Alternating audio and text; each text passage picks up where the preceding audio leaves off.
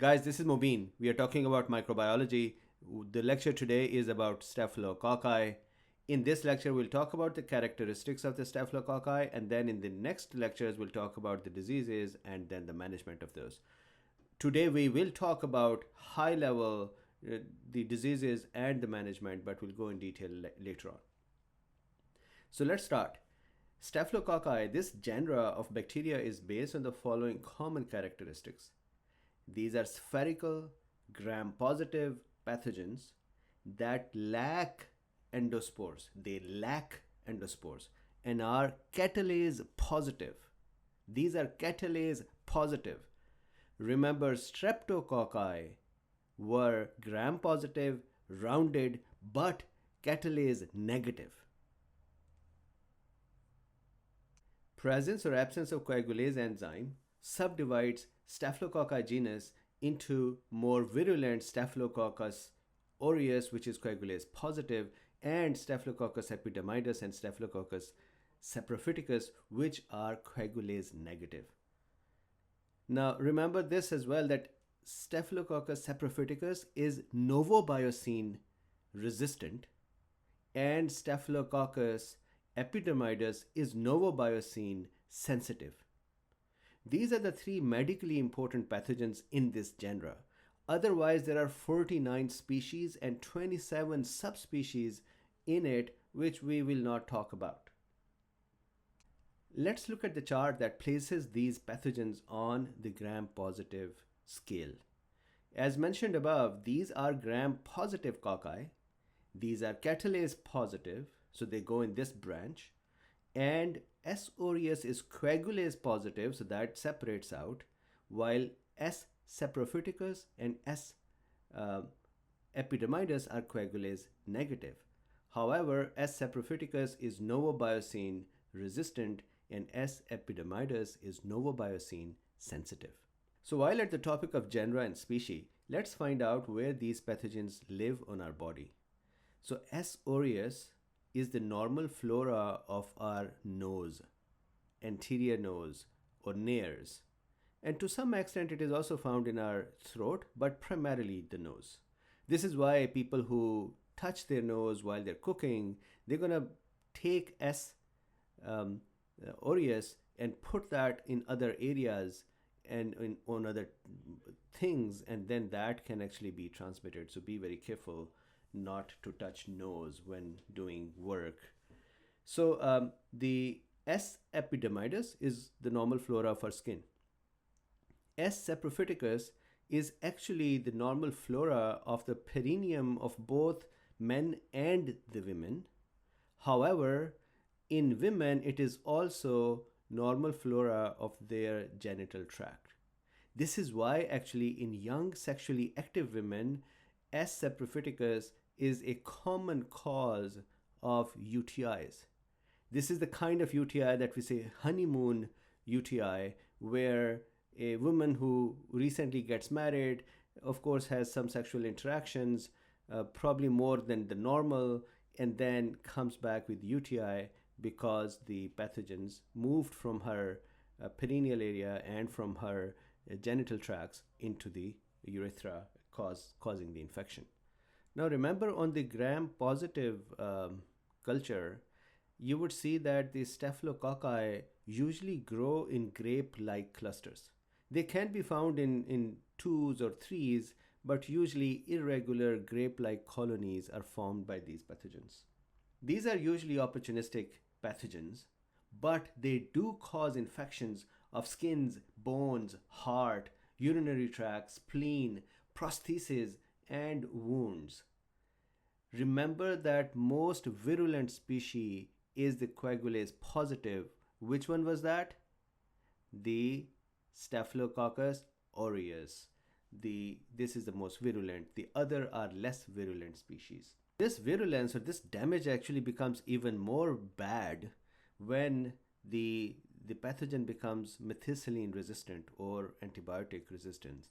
So methicillin resistant Staphylococcus aureus, also called Mrsa, is notorious for causing infections in hospitalized patients. So I think if you're working in a hospital, you will find out that one, you yourself have become a carrier of this pathogen and moving that around in the hospital.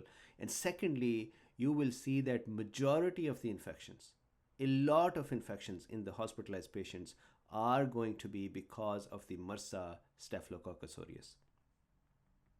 Interestingly, and remember this, staphylococci can cause infection in both aerobic and anaerobic situations.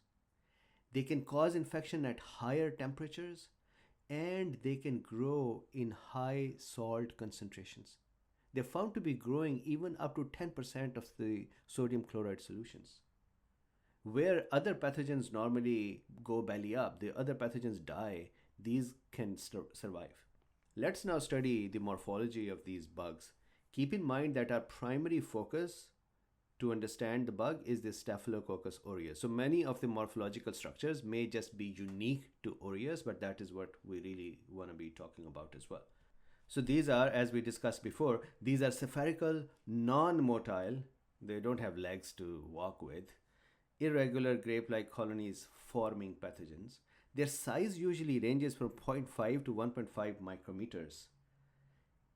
Many of these species are capsular as well.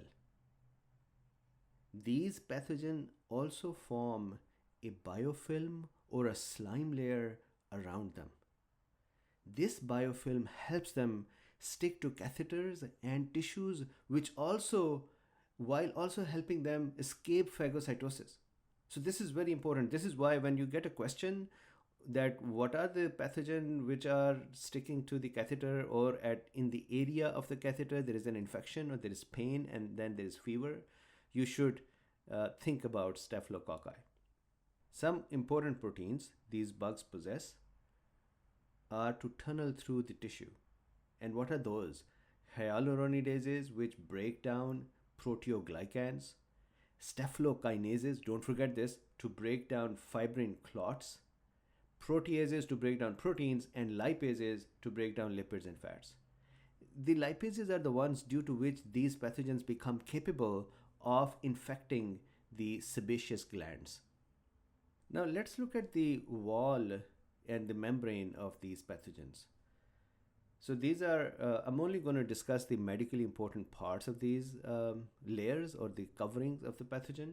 The inner cytoplasmic membrane contains the penicillin-binding protein.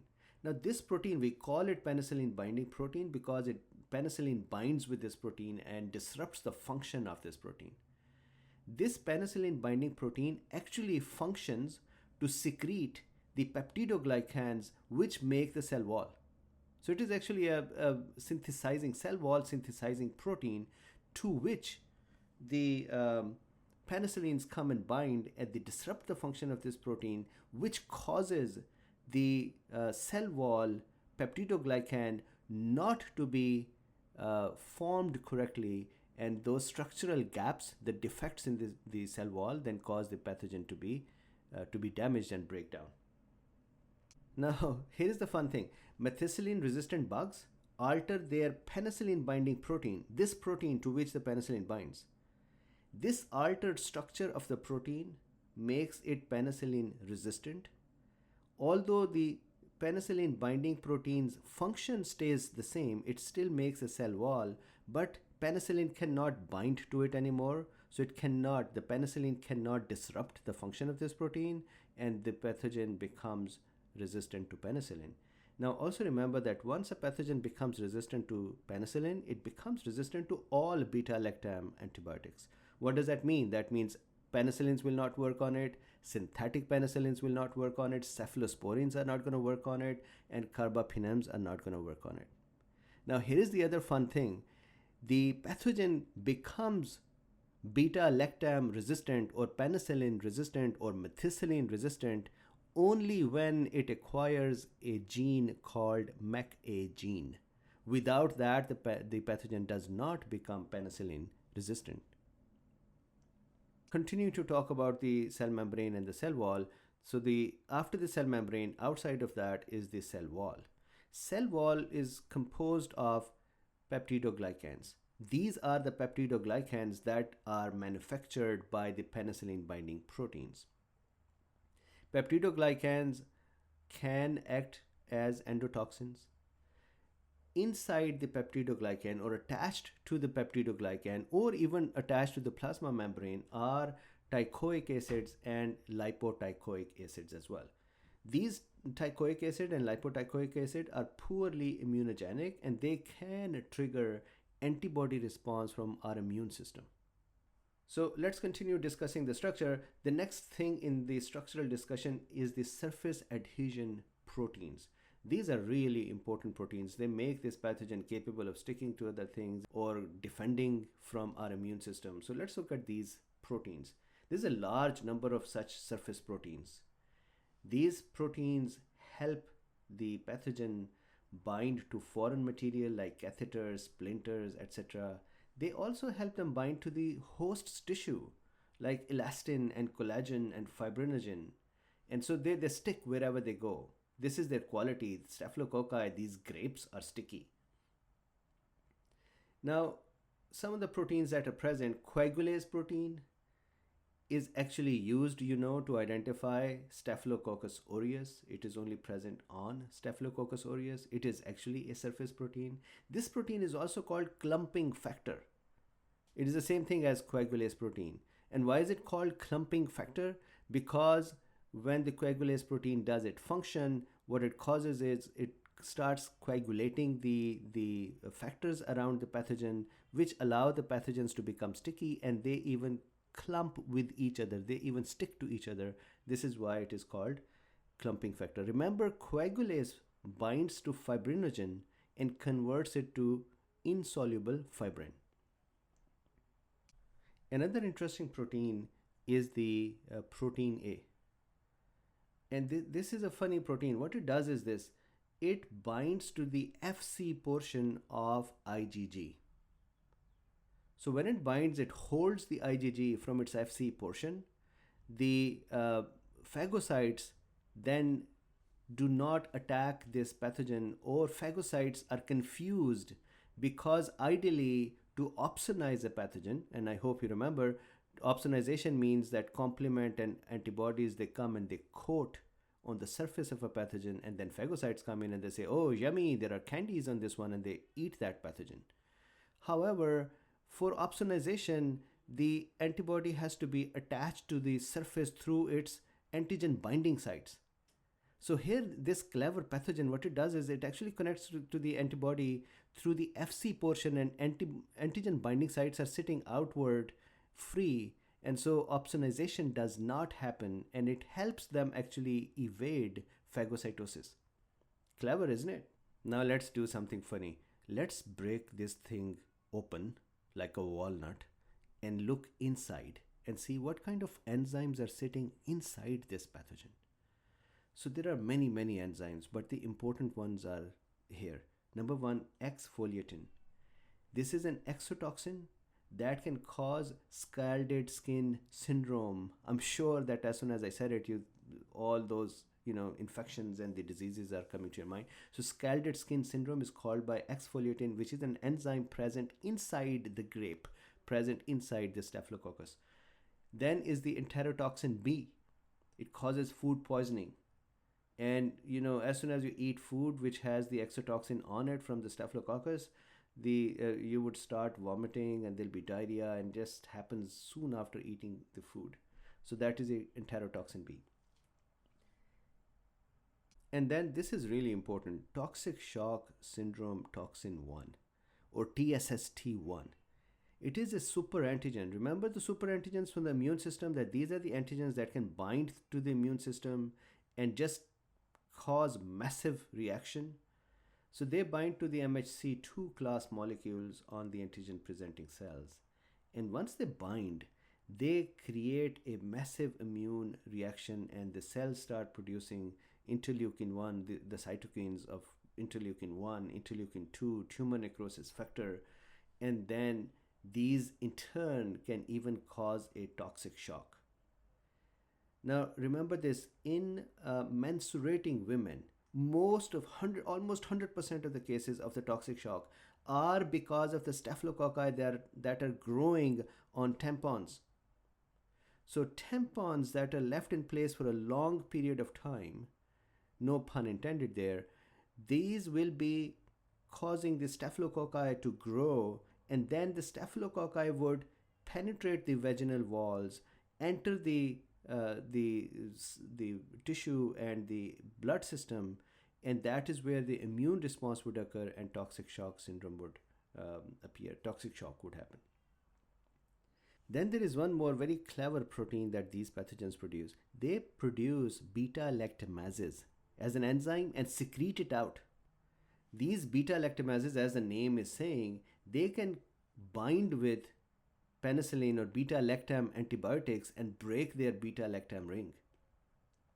So this pathogen, the staphylococci, secrete this enzyme which catches the penicillin outside the cell even before the penicillin enters the cell and causes any damage to the penicillin-binding proteins. They are just caught outside and the beta-lactamases destroy them.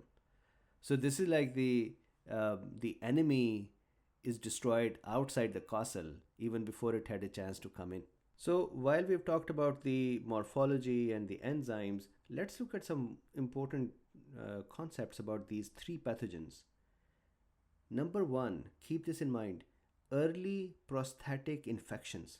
And by early we mean lesser than 3 months after the prosthesis which has been attached to the body. Early prosthetic infections are usually caused by Staphylococcus aureus.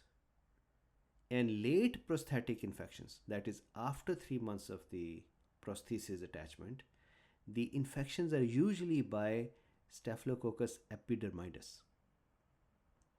So keep this in mind. Then S. aureus and S. epidermidis are the most common healthcare related causes of infective endocarditis. Don't forget that. S. epi usually causes right-sided heart infections, tricuspid valve infections in IV drug abusers. So IV drug abusers eventually end up causing Staphylococcus epidermidis to enter their blood system, and from there, the venous system, they reach the right heart and infect the right heart. So right heart infection or endocarditis is usually found in the IV drug abusers. On the other hand, if there is an intravascular manipulation, for example, if there are catheters for heart that are inserted, they usually can cause infective endocarditis of the right or left, mostly left side. And there is a clinical gem here. Sometimes the patient would have pain at the entry point of the catheter. It's not necessary that it happens all the time, but sometimes there is pain at the entry, and that should give you a clue that this may be staphylococcal infection, and heart may have infective endocarditis going on as well. Now these pathogens actually they're involved in splenic abscesses as well. So remember that splenic abscesses, usually the pathogens found are staphylococci, streptococci, and salmonella. So this guy is actually involved there as well. Now let us look at some important diagnostic points about these pathogens. Some of these points we have already mentioned. For example, these are gram-positive pathogens. They are also catalase positive. Remember we talked about it? Catalase positive means that the enzyme is going to break down H2O2 into water and oxygen.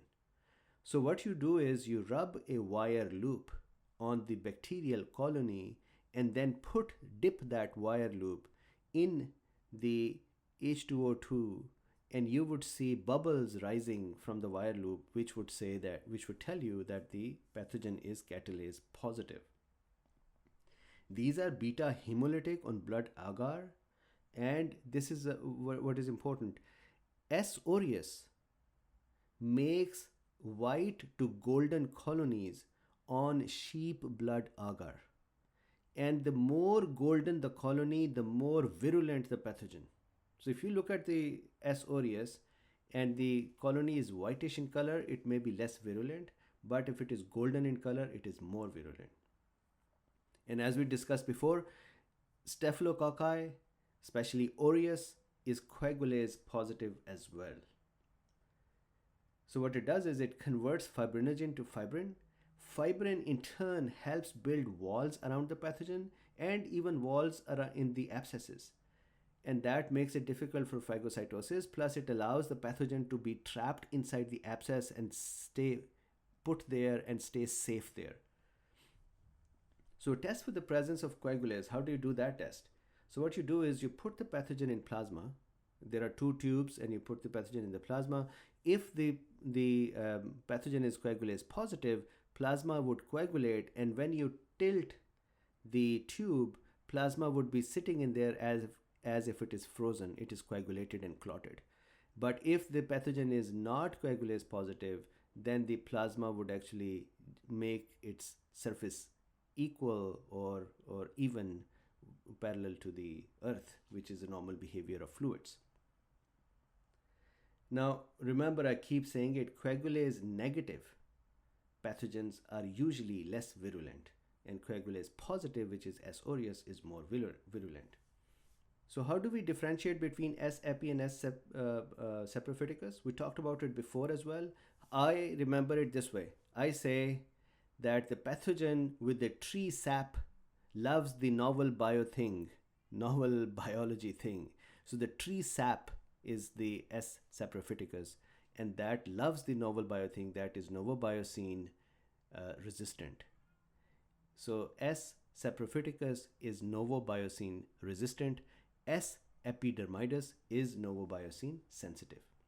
Some other tests that may show up on your exams are that S. aureus ferments mannitol, number 1. Number 2, the Staphylococcus aureus can live in 7.5% sodium chloride solution, which this solution inhibits growth of many other pathogens, but not for this one.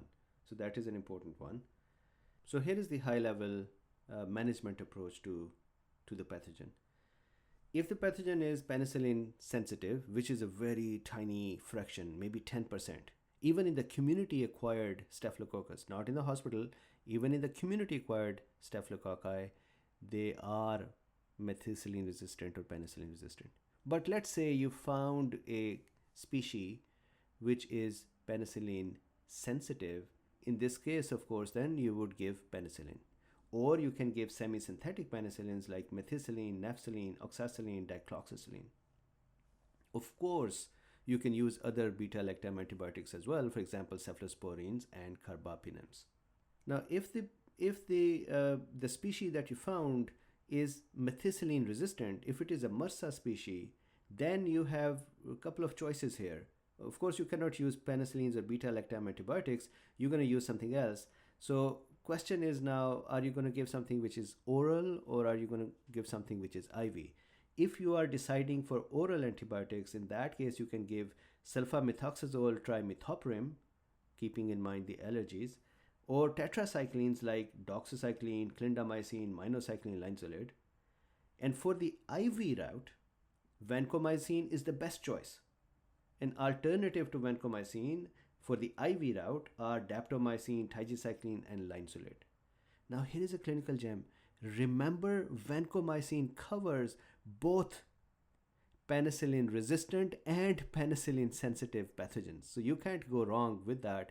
The only thing is it is IV. It is given IV or intravenous. And finally, one somber note that nowadays in rare situations, we are observing pathogens that are becoming vancomycin resistant as well. So by the time you guys are progressing in your careers, you would see that you'll have some more challenges to manage Staphylococci. So on that sober note, we will go into the details for various diseases next. Thank you.